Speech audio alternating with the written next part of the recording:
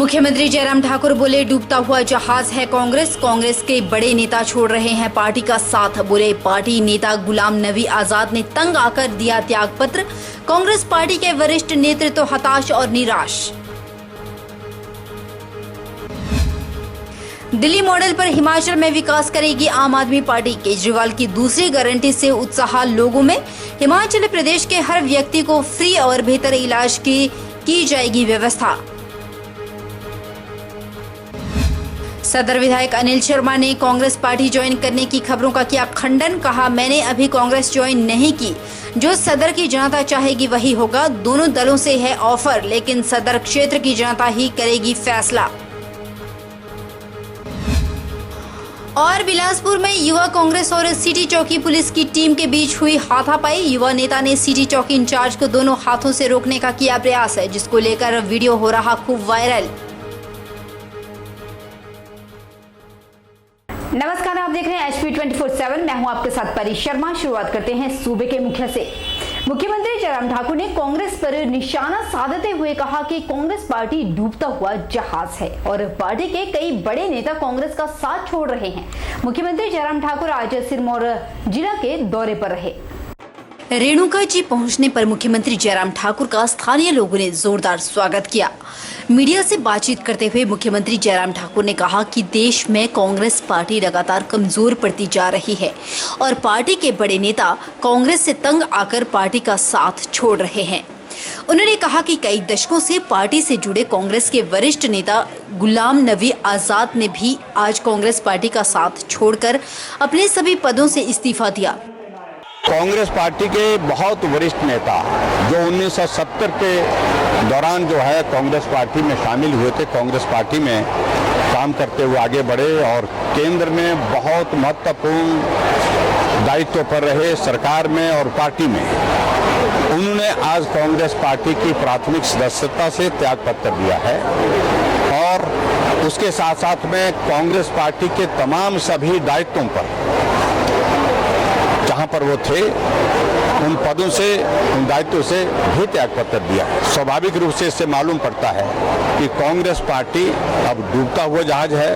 Congress party का वरिष्ठतम नेतृत्व ही हताश और निराश होकर के पार्टी छोड़ने के लिए विवश हो गया है और उनका कहना है, उन्होंने बहुत लंबा पत्र लिखा है और उस पत्र में मैं पूरा पढ़ नहीं पाया अभी, लेकिन प्रमुख रूप से उनका यही है कि बहुत इमेच्योर, अनुभवहीन लोग कांग्रेस पार्टी के अध्यक्ष राहुल गांधी और सोनिया गांधी के करीब हैं, जो उनको गुमराह करते हैं। मुख्यमंत्री जयराम ठाकुर ने कहा कि हिमाचल में अस्तित्व में आने के बाद सभी सरकारों ने प्रदेश की मजबूती के लिए कार्य किए, लेकिन इन कार्यों में भाजपा सरकारों का अहम योगदान रहा।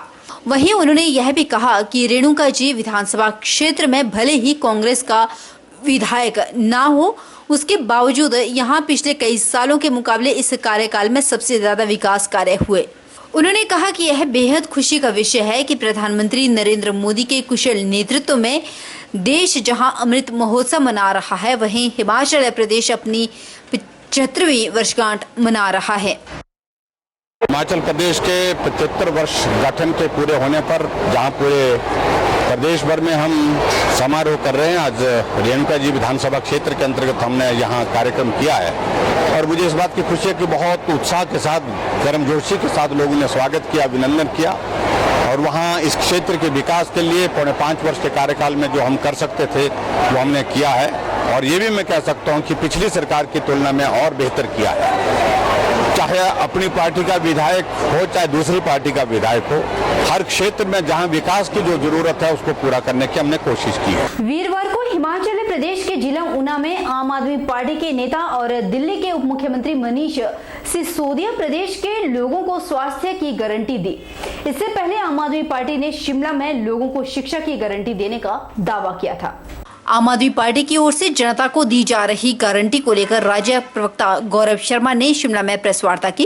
उन्होंने कहा कि पहले शिक्षा और अब स्वास्थ्य की गारंटी से हिमाचल प्रदेश में लोगों में उत्साह है। उन्होंने कहा कि आम आदमी पार्टी दिल्ली में केजरीवाल के विकास मॉडल पर तेजी से आगे बढ़ रहा है। जो वादे आम आदमी पार्टी ने पंजाब में किए थे, वह सरकार बनने के तुरंत बाद पूरे किए जा रहे हैं। गौरव शर्मा ने कहा कि अगर हिमाचल प्रदेश में आम आदमी पार्टी की सरकार बनती है तो हिमाचल प्रदेश के लोगों को बेहतर शिक्षा और स्वास्थ्य सुविधा मिलेगी। गौरव ने कहा कि हिमाचल प्रदेश के हर व्यक्ति को फ्री और बेहतर इलाज की व्यवस्था की जाएगी। शर्मा ने कहा कि शिक्षा और स्वास्थ्य सुविधा आम आदमी का अधिकार है, लेकिन कांग्रेस और बीजेपी की सरकार ने आम लोगों को उनके अधिकारों से वंचित रखा।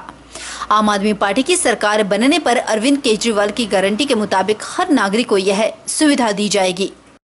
डॉक्टरों की कमी यहाँ पे खल रही है, जिसकी वजह से हमारे आज हिमाचल प्रदेश में जो स्वास्थ्य संस्थान है वो चरमरा गए हैं। आईजीएमसी के 2 डॉक्टर किसी संस्थान में जा रहे हैं, 2 डॉक्टर किसी संस्थान में जा रहे हैं, और जो 6 मेडिकल केवल मात्र एक श्वेत हाथी के रूप में अन्य सरकारों ने खोल दिए हैं, उसमें जो है हिमाचल प्रदेश के लोगों को, जो हिमाचल प्रदेश के डॉक्टर हैं, आईजीएमसी से भेजा जा रहा है। ना आईजीएमसी ठीक चल पा रहा है, ना वो बाकी संस्थान ठीक चल पा रहे हैं। इसलिए डॉक्टरों की कमी को भी पूरा किया जाएगा और जितने भी टेस्ट हैं वो निःशुल्क होंगे, जितनी दवाइयां वो निःशुल्क होंगी।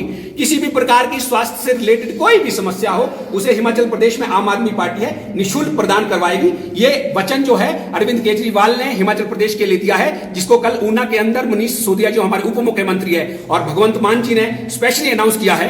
और हिमाचल प्रदेश के लोगों के लिए, हिमाचल प्रदेश की जनता के लिए जो है आम आदमी पार्टी सजग है, चाहे वो शिक्षा का क्षेत्र हो, चाहे वो स्वास्थ्य का क्षेत्र हो। मंडी सदर के विधायक अनिल शर्मा ने कांग्रेस पार्टी में शामिल हो जाने की खबरों का खंडन किया है। दिल्ली से लौटने के बाद अनिल शर्मा ने मीडिया से बातचीत करते हुए कहा कि सोशल मीडिया पर उनके कांग्रेस में शामिल होने की खबरें चल रही है, वे पूरी तरह से निराधार हैं। उन्होंने कहा कि दिल्ली में उनकी कांग्रेस और भाजपा के शीर्ष नेतृत्व से बात हुई। उन्होंने अपनी बात विस्तार से रखी है, उन्हें दोनों दलों की ओर से ऑफर है। अनिल शर्मा दिल्ली से लौटने के बाद सदर क्षेत्र की जनता के बीच जाकर अपनी बात रख रहे हैं। सदर क्षेत्र की जनता जिस दल से चुनाव लड़ने को कहेगी उसी दल से चुनाव लड़ूंगा, यदि चुनाव ना लड़ने को कहेगी तो घर बैठ जाऊंगा।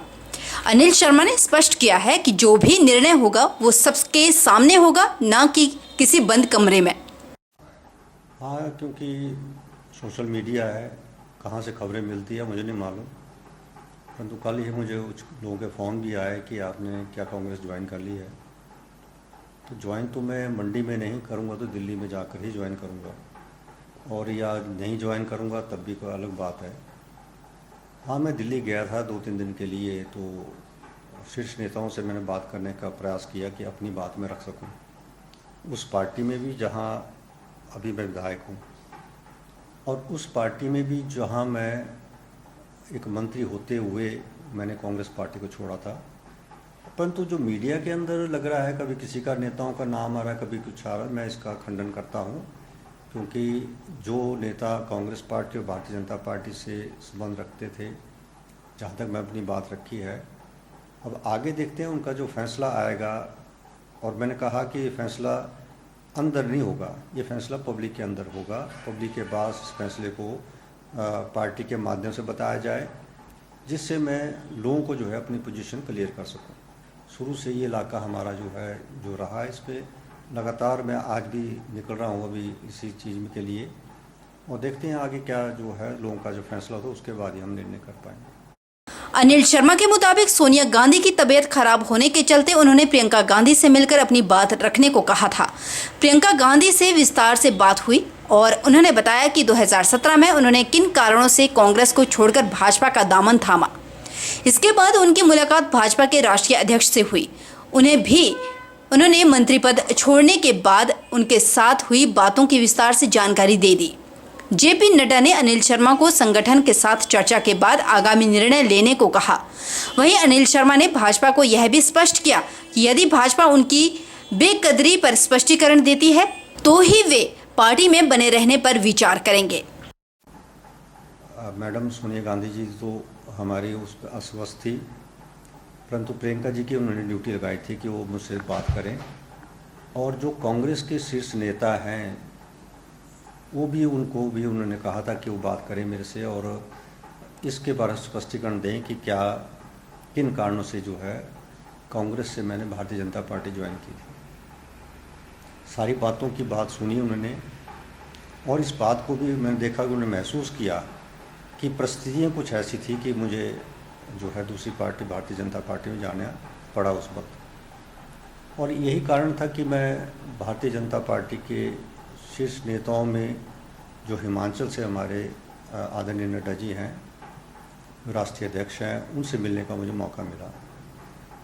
हिमाचल की परिस्थितियों को जानते हैं, हिमाचल से संबंध रखते हैं और यही मैंने उचित समझा कि उनसे मैं बात करूं और अपनी बात भी कि उनका मेरे प्रति क्या विचार है, क्योंकि लगभग जो 3.5 साल जब से मैंने एक मंत्री पद से रिजाइन दिया था, उसके बाद का जो समीकरण बने पार्टी के अंदर, उसका भी जिक्र मैंने किया और उन्होंने कहा कि हम आपकी बात सुनते हैं और भारतीय जनता पार्टी का जो अपना सिस्टम है कि सभी से चर्चा करेंगे और जो कुछ मैंने क्वेश्चन मार्क लगाए हैं, क्वेश्चन मार्क इसलिए कि आगे के लिए मैं यदि जनता के बीच में जाऊं तो कुछ चीज़ों को मैं स्पष्टीकरण चाहता था, जिस स्पष्टीकरण के रूप में मैं जनता के बीच में जाऊं और उनको यदि भारतीय जनता पार्टी उसका स्पष्टीकरण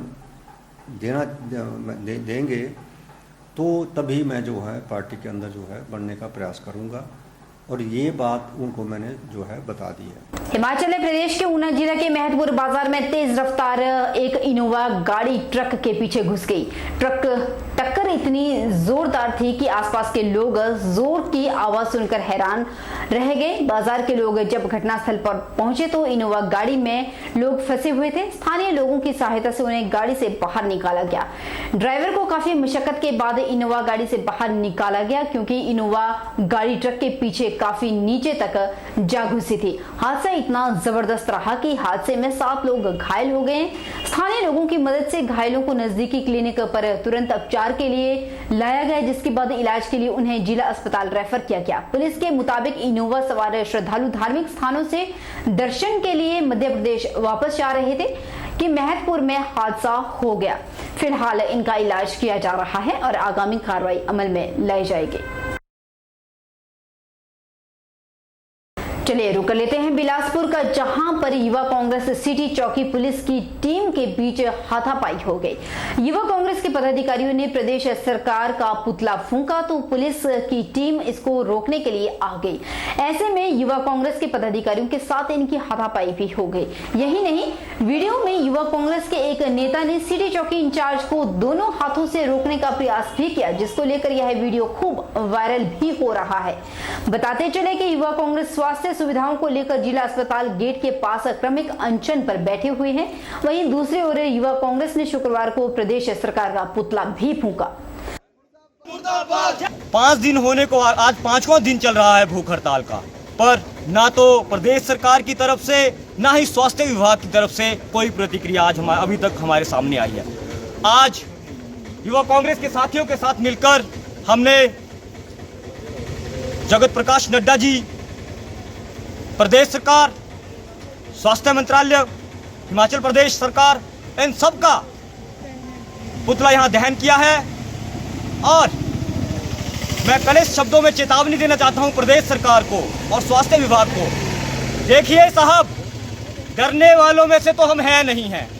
किसान आंदोलन का आपको पता ही होगा, दूसरा आंदोलन यहां पर चल रहा है। किसान आंदोलन के बाद अगर आंदोलन कामयाब होगा तो युवा कांग्रेस बिलासपुर का आंदोलन कामयाब होगा।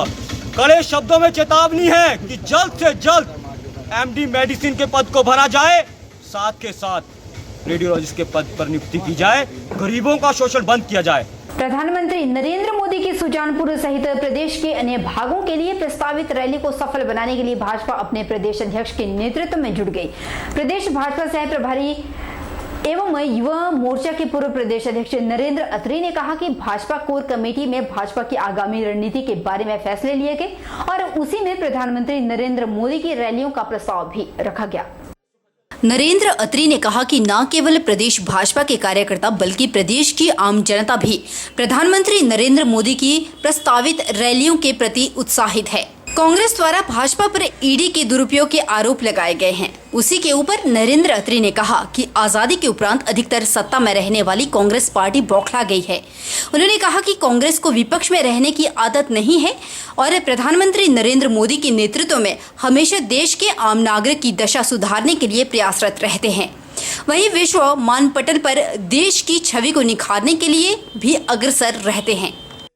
भारतीय जनता पार्टी की कार्य पद्धति का हिस्सा है जो बैठक की आप बात कर रहे हैं, उसी जो बैठक होना पिछले कल हुई है शिमला में, वो कोर कमेटी की बैठक है। इसमें पर भारतीय जनता पार्टी का जो शीर्ष नेतृत्व है बैठता है, वो तय करता है कि आने वाले समय में हमें किस तरह अपनी पार्टी के काम को लेकर आगे बढ़ना है।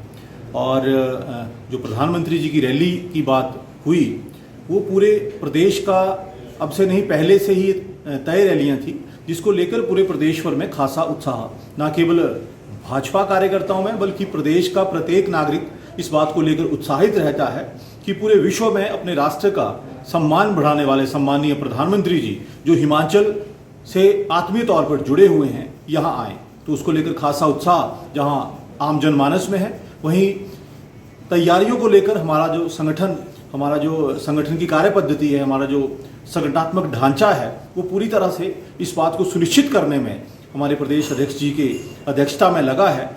रुकेंगे छोटे से ब्रेक के लिए, ब्रेक उस पार, फौरन लौटेंगे, बन रहे हमारे साथ। ओ देश मेरे तेरी शान पे सदके कोई धन है क्या तेरी धूल से बढ़ के, तेरी धूप से रोशन, तेरी हवा पे जिंदा, तू बाग है मेरा, मैं तेरा परिंदा, है अर्ज़ी दीवाने की जहाँ बोर सुहानी देखी।